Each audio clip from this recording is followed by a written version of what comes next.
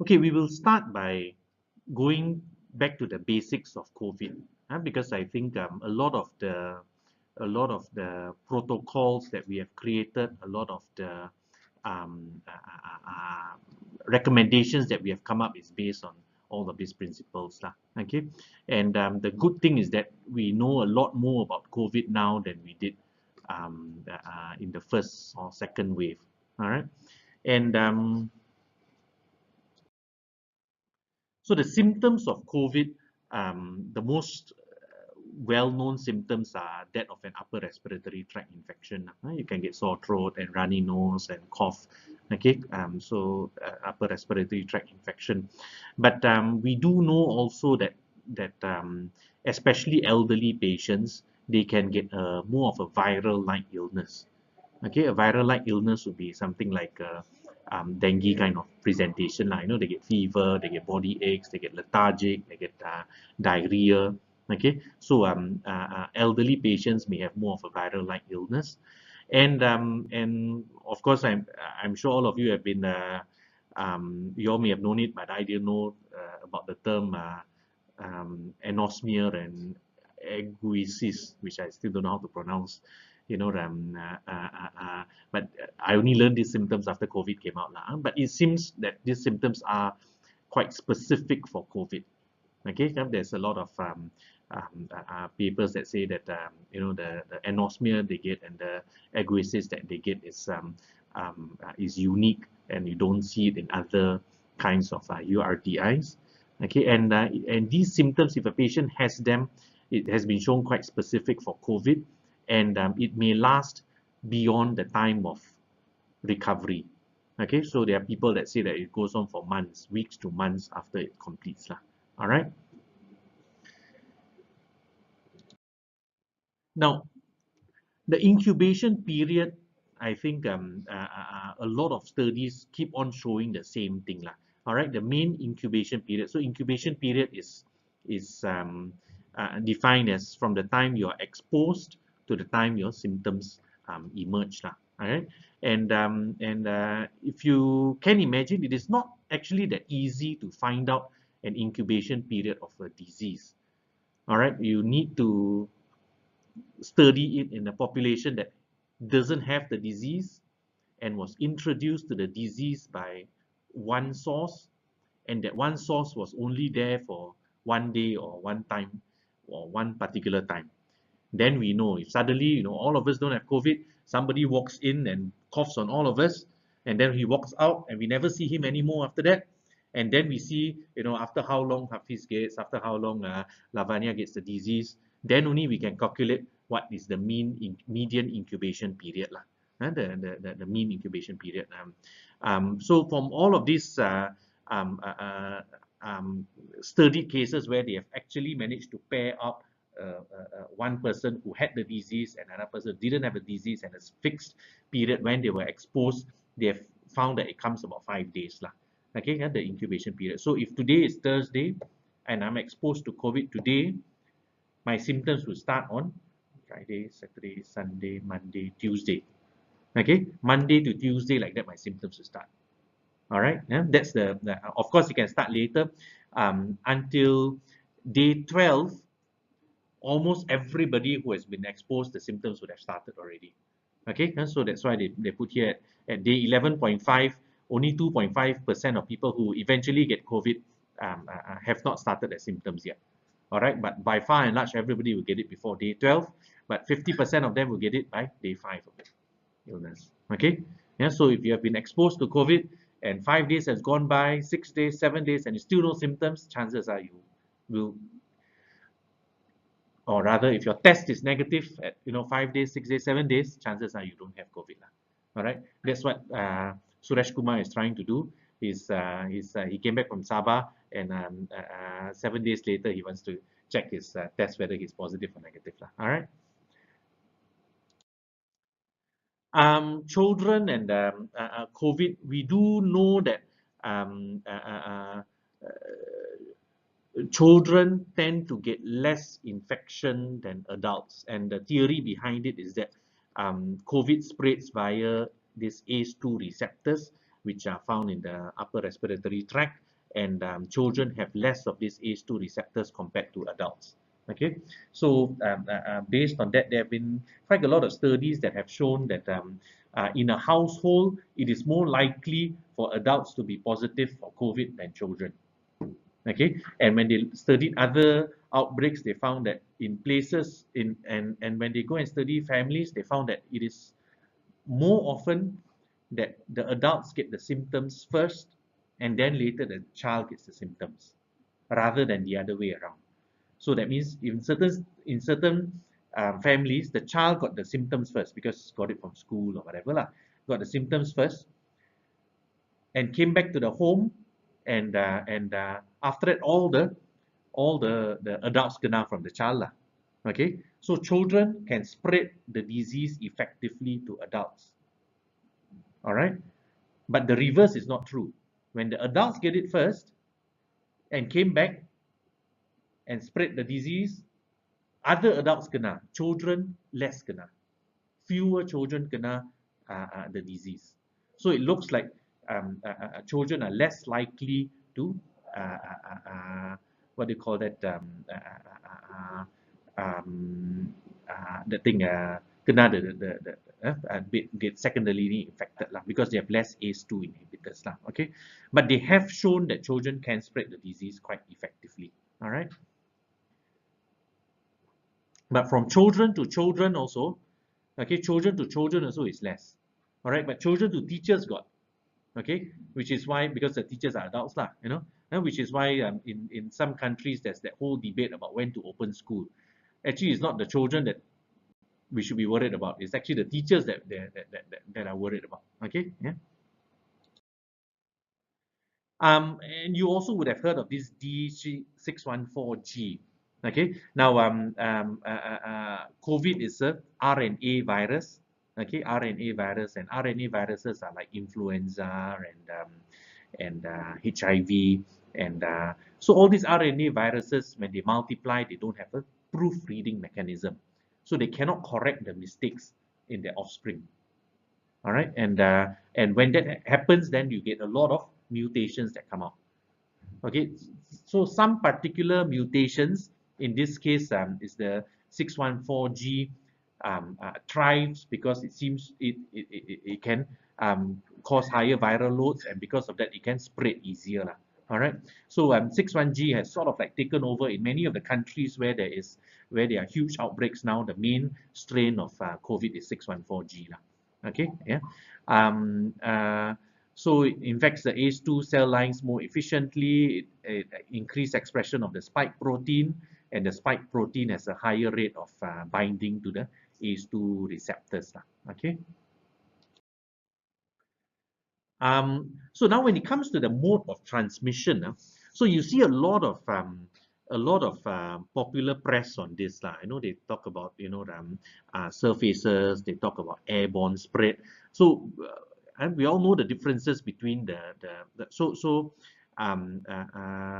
droplet is when I cough and you are within 1 to 2 meters of me, and then and we are both not wearing masks, and then you get the disease lah.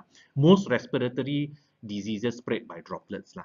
Okay, yeah, whether it's influenza or whether it's rhinovirus or streptococcal pneumonia, they all spread by droplet transmission. Almost all respiratory diseases spread by droplet transmission.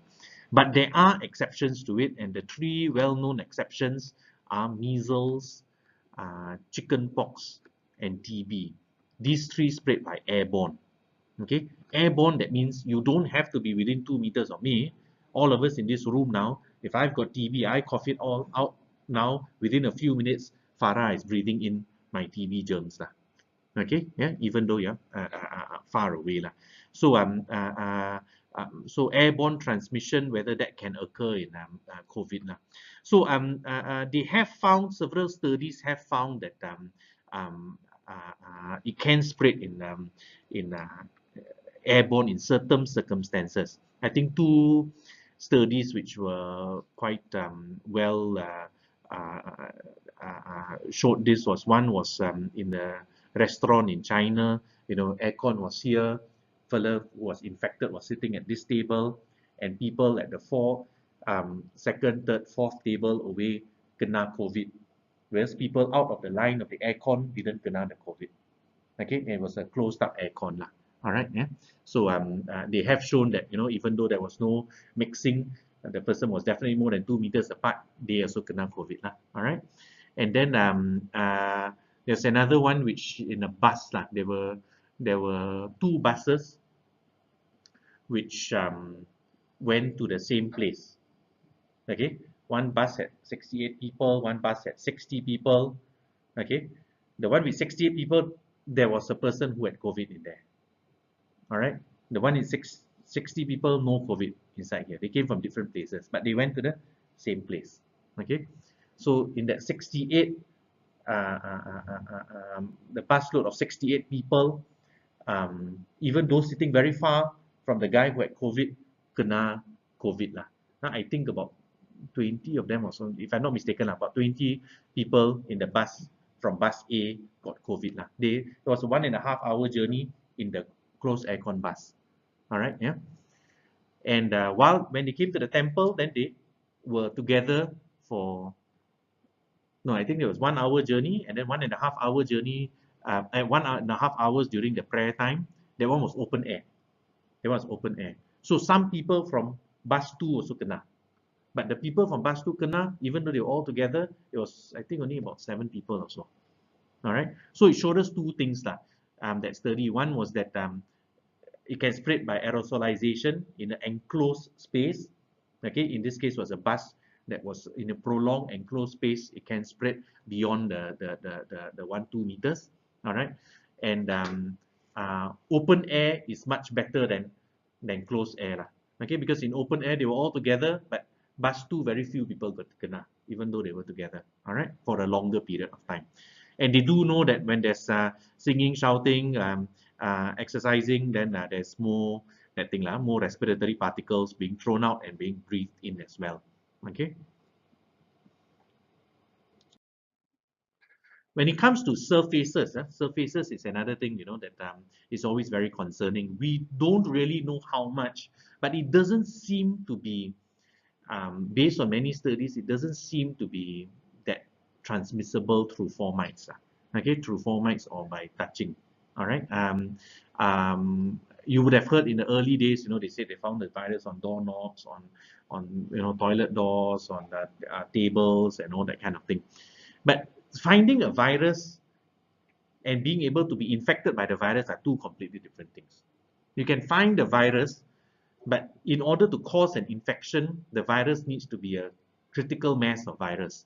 You need to have breathed in a critical mass of virus, or took it and wiped on your mucous membranes. Must be a critical mass, then only you can kena the virus. Okay. Otherwise, you know, if there are too few viral particles, you can't get the disease from it. Okay. Yeah. So it was highly stable at low temperature, but at high temperatures, it was quickly inactivated.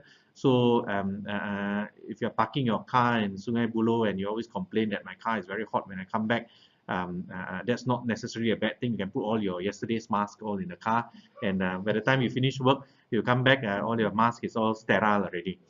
Okay, it is susceptible to common disinfectants. That's why, you know, they not everywhere they say just soap and water.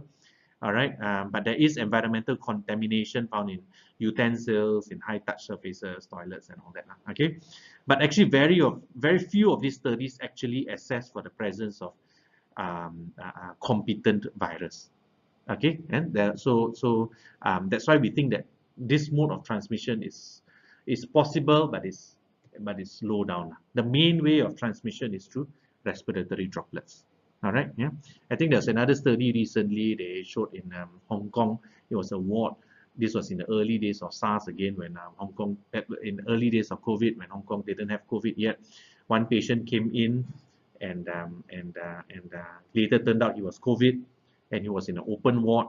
There were, I think, about 12 people in the same cubicle, and they were there for I think 2 days or so, quite a long time. Okay, doctors, some wear surgical masks, some wear N95s. Patients, they were all, because they were already primed. They already knew China already got cases, so that time patients also wore masks. But patients wore masks half of the time. The other half of the time they took off the mask. Okay, because some of them were oxygen and all that all that. And so this guy actually had COVID with very low CT values. That means his viral load was quite high, but he didn't spread to anybody. So based on that, they are saying that aerosolization, if really was aerosolization, this guy with low CT values, or in other words, with high viral loads, being in a place for a long time, coughing out the germs and all that, everybody should have gotten it. Okay, but it looks like that wasn't the case. Okay, and all the doctors, surgical masks seem to have worked. Okay, yeah. So for us, the important thing of whether it's droplet and airborne also comes down to what type of mask we wear. Okay, yeah. So there's been enough studies that show there are studies that show that aerosolization is possible. Okay, possible. All right, but based on the fact that with so many countries being exposed and so many months, we have found that there's also a lot of evidence now that how does it not spread? How does COVID not spread? Okay, and we find that when people wear surgical masks, everything the spread stops. Okay, yeah. So direct contact of 4 mics, no direct evidence yet. Okay, those that have said that there was contact, that it may also have been through lingering droplets, okay, all right.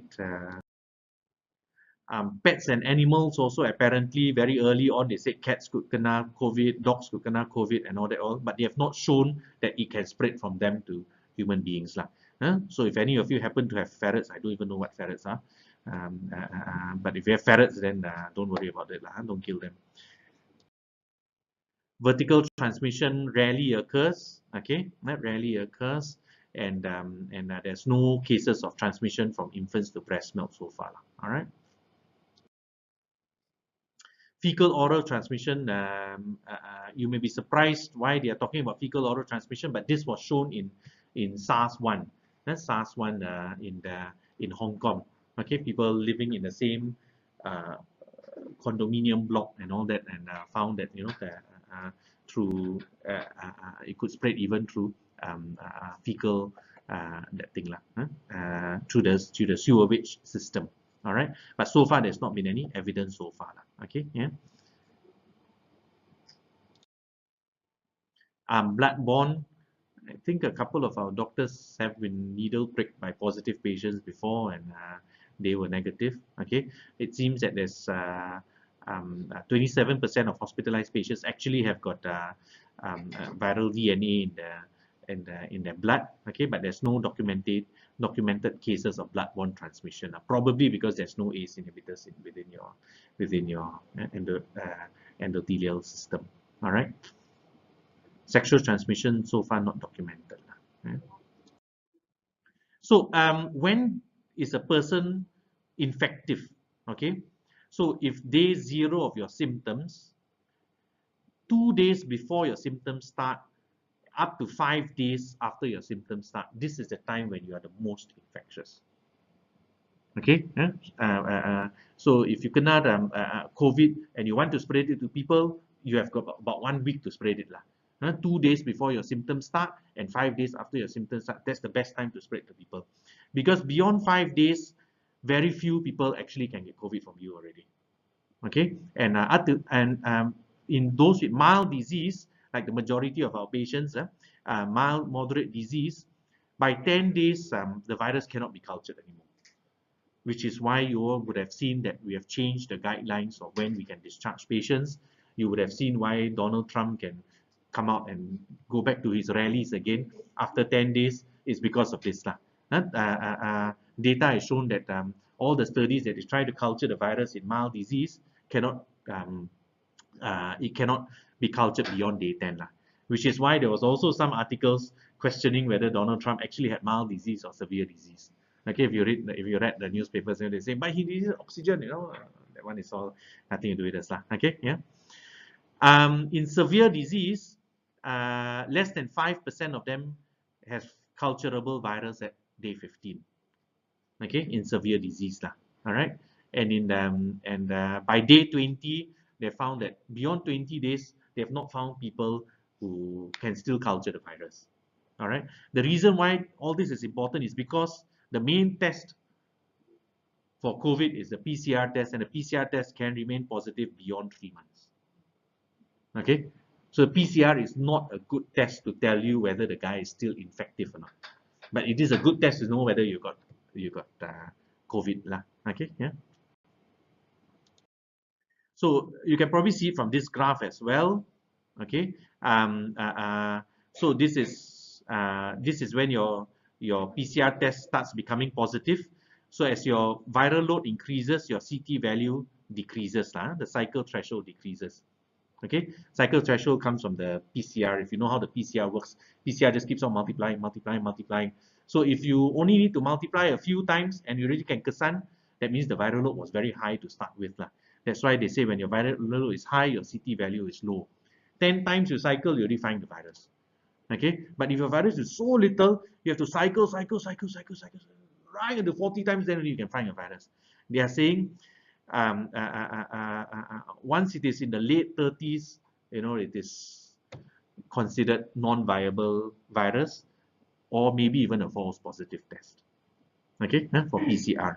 All right. So the time when you are infectious is this time about I think they say 2.7 days before your symptoms start, right until about 1 week That's when you're the most infectious That's when you are the infectious by far the bulk of infections happens during that time. All right.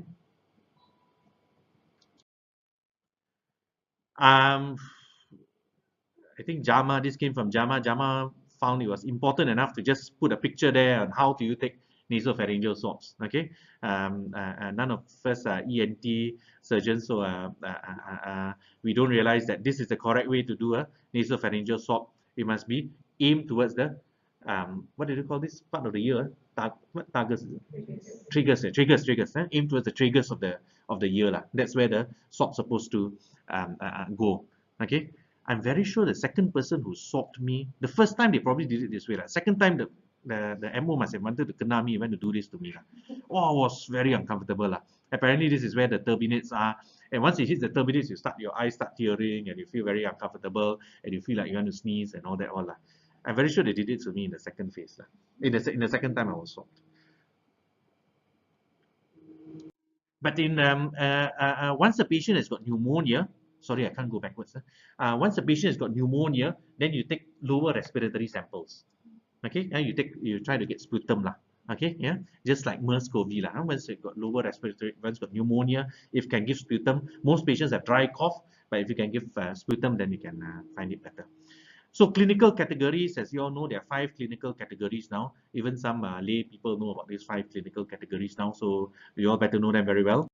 Okay, stage clinical stage 1 is asymptomatic. Category 2 is like a URTI Okay, yeah, you got respiratory symptoms, but you don't have a pneumonia. Category 3 is you got a pneumonia. Okay, category 4 is when you need oxygen. Category 5 is when you need ICU either because your other organs are failing or because you need intubation. Okay, yeah. So this characterization is only in Malaysia. Okay, but it's adapted from China, from UK, from Singapore. It is similar but not exactly the same Okay, yeah. So if you try to find literature on it, you may say, hey, how come the classification is a bit different from ours? Okay, yeah. We adapted it because we wanted to be easy for people to know when to label it in category 4. So this is our own data from the first 6,000 patients in Malaysia, and from our second wave. So this is when they were admitted. What category of illness were they in? So 50% of them were category 1 disease, asymptomatic. Okay, 1/3 of them were category 2. Okay, 15% of them were category 3 illness. So by far and large, all right, this made up I think 85% of patients in the first 3 categories Okay, yeah, when they admitted. But some came in category 4 and a small number category 5 And then some of them actually progressed on. Okay, 8% of these patients eventually progress on to develop severe disease. Okay, so if you are severe disease, of course, you end up before you're discharged, sometime or rather you get severe disease. All right, but a small percentage, 30 of them from category 1 became severe disease, 84 from category 2 out of 1,800 became severe disease, 84 out of 800 became severe disease in category 3. Okay, yeah, and most of them who had severe disease had warning signs. They had warning signs. All right, yeah.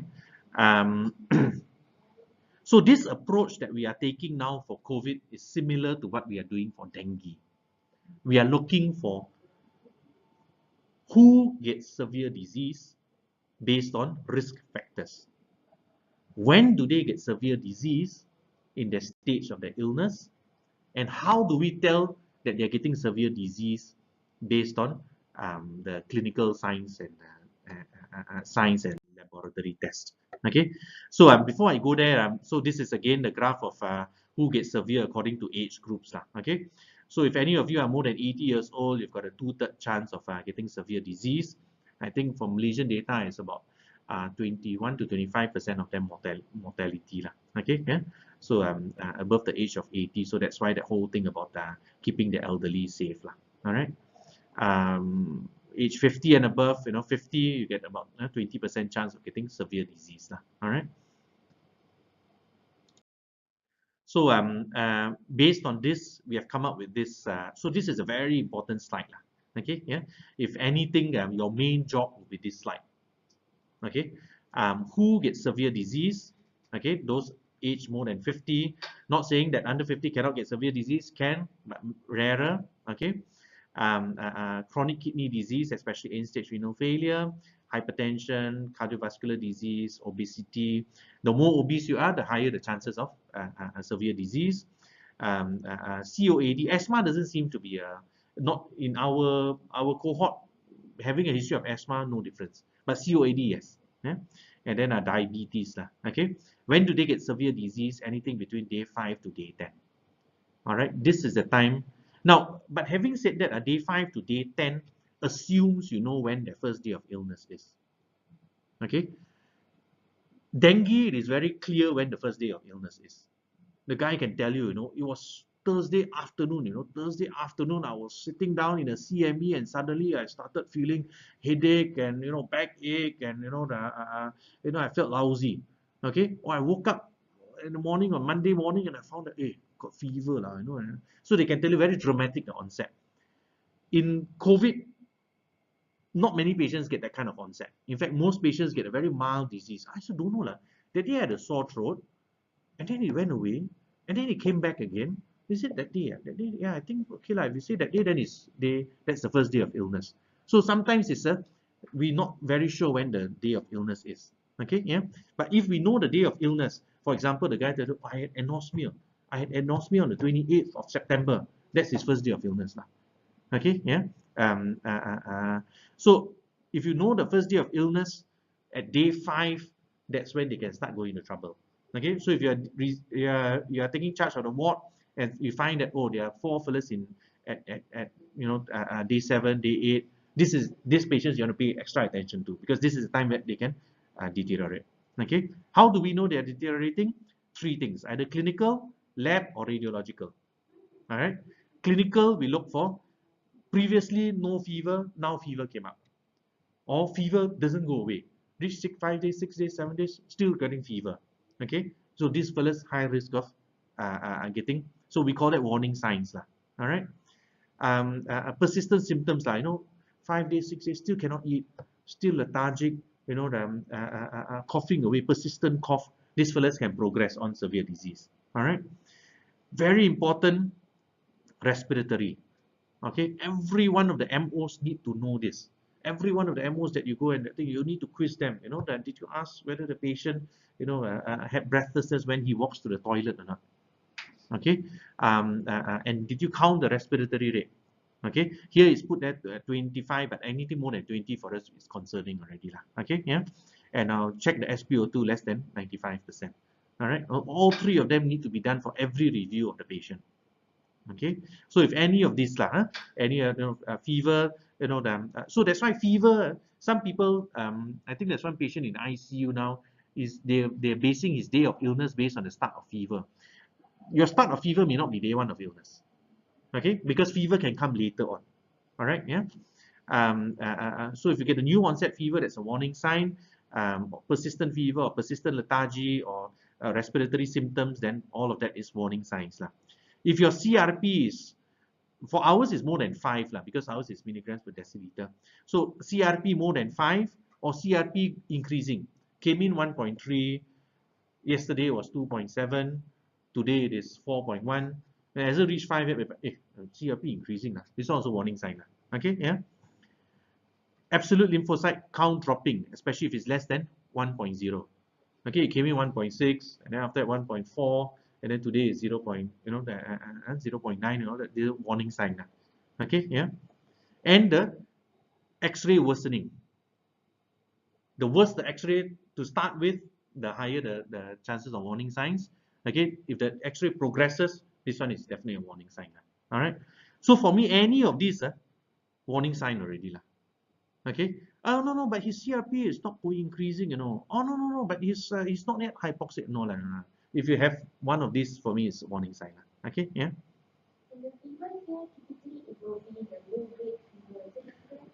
Low grade fever. Question was whether it's low grade fever or high grade fever. We can see both lah. Both.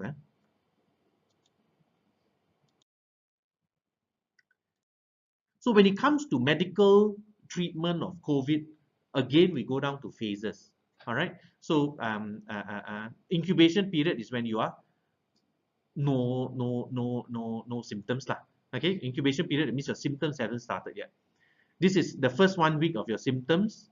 Okay, symptomatic. This is the first 1 week of your symptoms, and then you go into the next few days until day 10 of your illness. Okay, and day 7 until day 10 or day 5 until day 10, and then you go beyond day 10. All right. So incubation period, the first 5 days pre-symptomatic time. The first 1 week is symptomatic. This is when the viremia peaks, as I mentioned earlier. So this part of the disease we think is a very viral disease.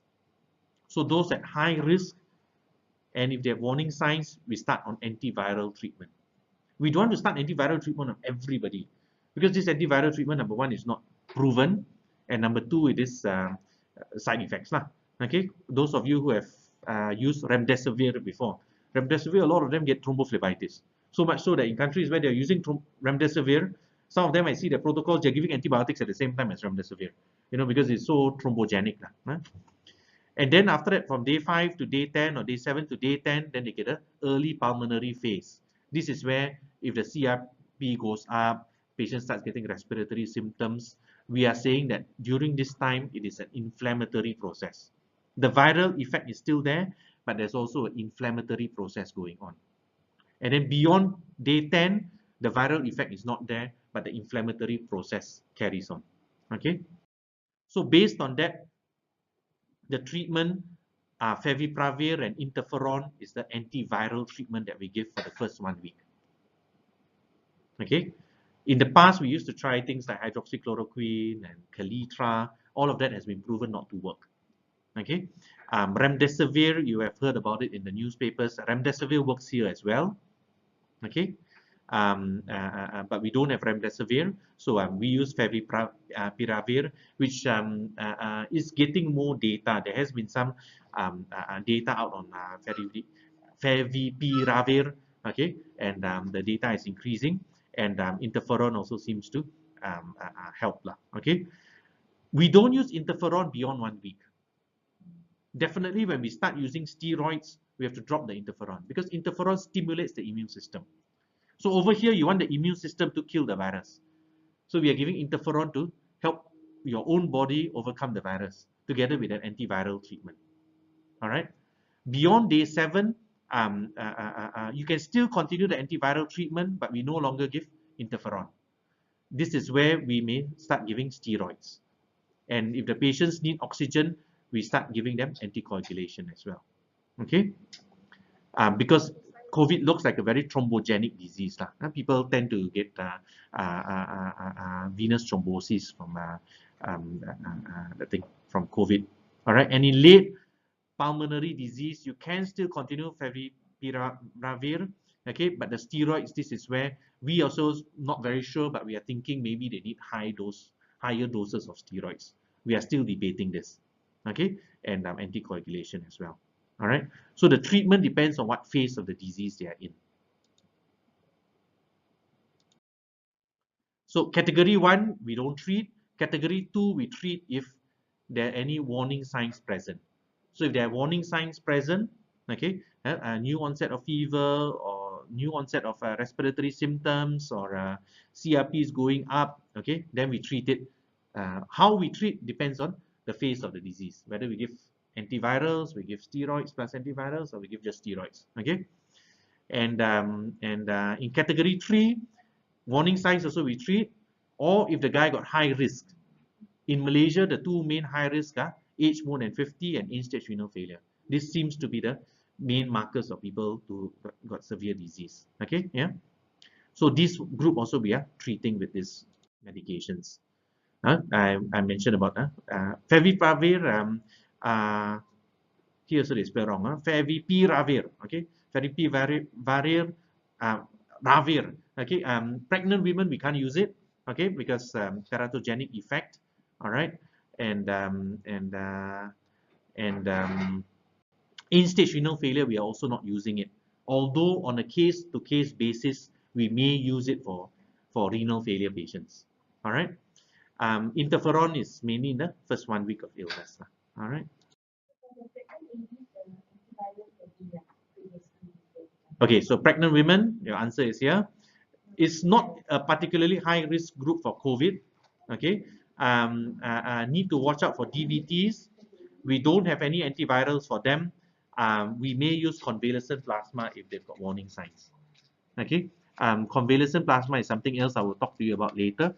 All right, there's some evidence for convalescent plasma. Convalescent plasma basically means somebody who has recovered from COVID 1 month ago, we take his blood, hopefully got enough neutralizing antibodies. Just because you got antibodies to COVID doesn't mean you won't get COVID anymore. What you need is neutralizing antibodies. So you got antibodies to all the different parts of the virus, but what you need actually is antibody that can neutralize the virus. Okay, yeah. So not all antibodies are the same, okay. So if you give them a convalescent plasma from somebody who has had COVID before, that in theory it should work, and there's been some trials that show that it does work. Okay, it is not a mainstream treatment at the moment, convalescent plasma, because they're trying to see. It's always a bad idea to give plasma to somebody because we don't know what other germs are there in the plasma, and what other side effects, and whether you can get trali and all that kind of thing. Okay, so generally we don't give to everybody. Okay, but there's been some data that convalescent plasma actually has some effect. Okay, all right. When it comes to anticoagulation, there are 3 doses of anticoagulation that we give. For patients requiring oxygen, this is what we give. Okay, prophylactic dose of Clexane. But there's also this high prophylactic dose of Clexane, where we give it twice a day. This is once a patient reaches category 5. Okay, and if the patient has got deep vein thrombosis or suspected pulmonary embolism, then we give treatment doses of Clexane. Okay, yeah. So if you can't get your CTPA done in time because it's in the middle of the night, patient is deteriorating, I will switch to treatment dose of Clexane. Once a patient is in category 4, we do know that we are asking them to have complete rest in bed. If they've got diarrhea, try to stop the diarrhea. If they need to PU, put them on a condom catheter or give them a urinal to PU. Okay, we don't want them to be moving around. We are coming up with a timetable for them on how to position themselves as well. Half an hour like this, 2 hours like this, half an hour like this. Okay, so that because we find that prone positioning does help. Yeah, and so we don't want them to be. So don't try to stress them out, go and do exertional, look for exertional dyspnea in them. Once they're in category 4, help them to make sure they are rest in bed. Okay, and if there are any, these are all new drugs that we are playing with. So we do have to check if the patients are on other medications. We do have to check whether they got drug-drug interactions. Okay. We have to take consent from patients before we start, because this treatment is not proven, and even when they are used, like interferon is a known drug and dexamethasone is all known drugs, but we are using it out of the normal indication. So consent needs to be taken. All right. But there is evidence already. We are much clearer about which drugs have an effect and which drugs have no effect compared to 3 months ago.